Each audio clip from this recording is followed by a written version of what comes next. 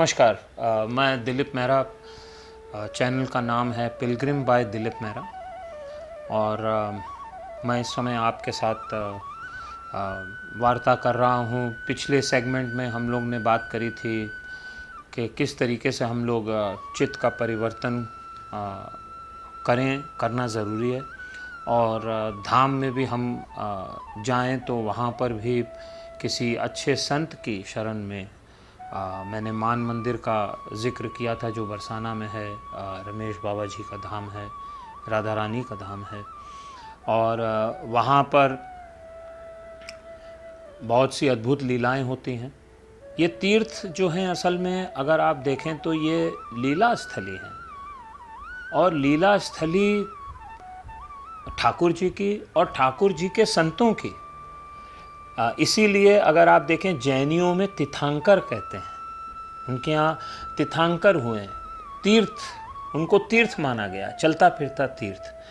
तो पहले के जो पुरातन काल था उस समय में ऐसा पढ़ने में आया है, सुनने में आया है कि पहले इतने मंदिर नहीं होते थे, क्योंकि उस समय जो संत होते थे, जो महान आत्माएं होती थीं, वो ही तीर्थ होते थे। लोग उनके दर्शन करने आते थे। वो हज़ारों साल जीते थे। समय बदला और उसके बाद आयु भी कम होने लगी।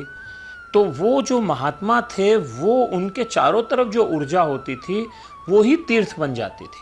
अब समय भी बदल गया है और जैसा मैंने कहा आयु कम हो गई है। बहुत से महात्मा अब जो विरक्त हैं वो लुप्त भी हैं, वो हैं लेकिन वो सामने दिख भी नहीं रहे। ना हमारे पास वो काबिलियत है कि हम उनको पहचान सकें, योग्यता नहीं है। इसलिए फिर मंदिर बने ताकि वो ऊर्जाओं को, जो संतों की जो ऊर्जा है, संतों की जो कृपा उस स्थान पे बिखरी है, उसको समेटा जा सके किसी एक ऐसी स्थली में, किसी एक ऐसे भवन में। तो हम लोग जब जाते हैं तो तीर्थ में तो सिर्फ यही नहीं सोच के जाना चाहिए कि हम वहाँ चले गए, हम छू आए, दर्शन कर लिए।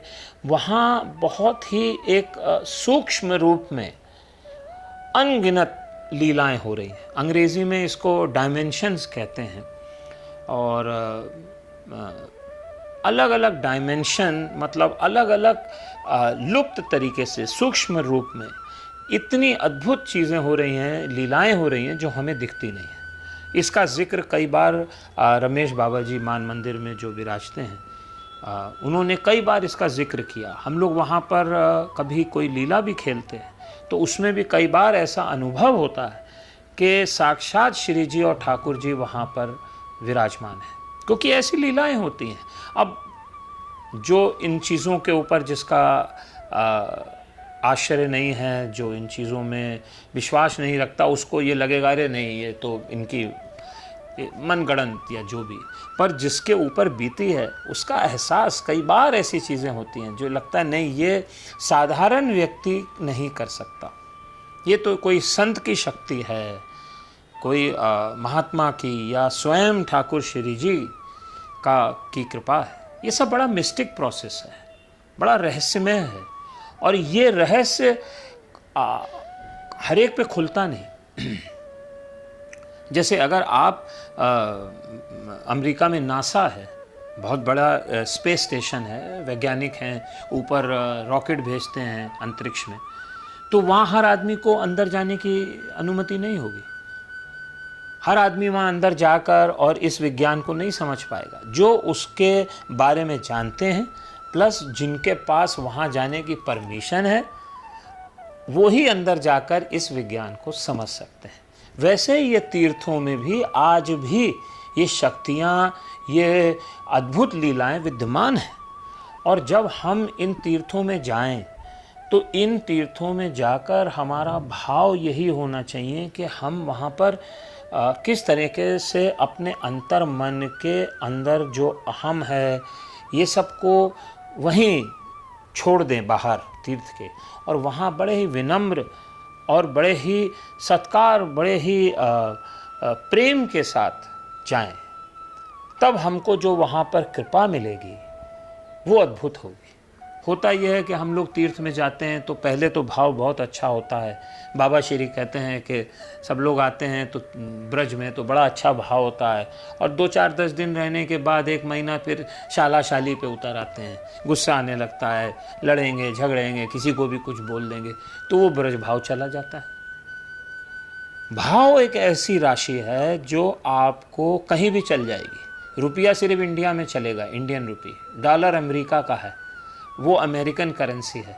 सब जगह की रूबल है, वो अलग करेंसी है। लेकिन भाव राशि ऐसी है जो हर जगह आपको काम आएगी, हर तीर्थ में, और वही राशि वहाँ चलती है। तो अगर आप वो मानसिक अवस्था और वो भाव से आप तीर्थ जाएंगे तो आपको वहाँ का लाभ कई कोटि गुना मिलेगा। और वहाँ पर दोष दर्शन मत करें। इसके बारे में भी बाबा बहुत बोलते हैं कि हम लोग आके और धाम में आते हैं अपना विकास करने, और अपने आप को ही नष्ट कर देते हैं, भक्त अपराध कर देते हैं। और कई बार ऐसा मैंने भी सुना है कि हम तो वो फलाने संत के लिए आए हैं, भाई वो हमारे संत हमारे गुरु हैं, हम तो सिर्फ बाबा श्री के लिए काम कर रहे हैं। नहीं, दासुना दासुना दास, दास के गुरु के दास का दास, आप उसके दास हो, वो नहीं हो पाता।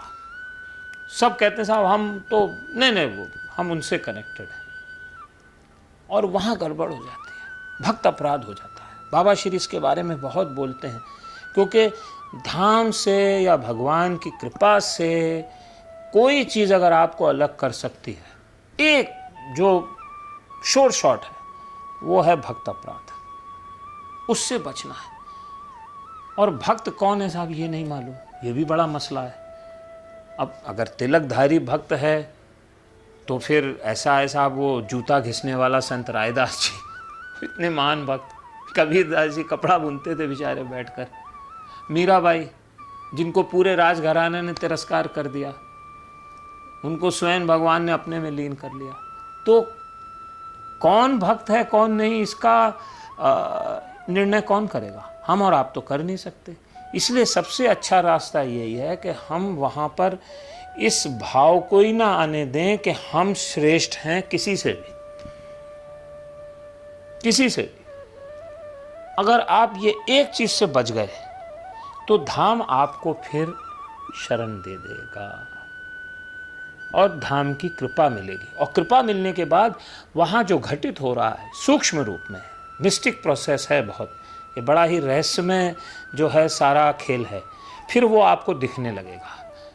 नहीं तो आप स्टोरी सुनोगे, अच्छा हाँ ठाकुर श्री, अच्छा याद, बस सुनोगे और थोड़ा बिलीव करोगे, थोड़ा विश्वास होगा, थोड़ा नहीं होगा, और आप चले आओगे। लेकिन अगर आप भक्तों की शरण ले लोगे, संत महात्मा की तो शरण लेनी ही है, लेकिन उनकी सेवा, उनकी सेवा, उसकी सेवा, उसकी सेवा जो कर रहे हैं, उसके सामने भी आपका भाव ने, भैया तू मुझ पे कृपा करो, जब ये भाव रहेगा तब जाके कहीं पर हमको तीर्थ का, संत का और आध्यात्मिक भूमि का लाभ मिलेगा।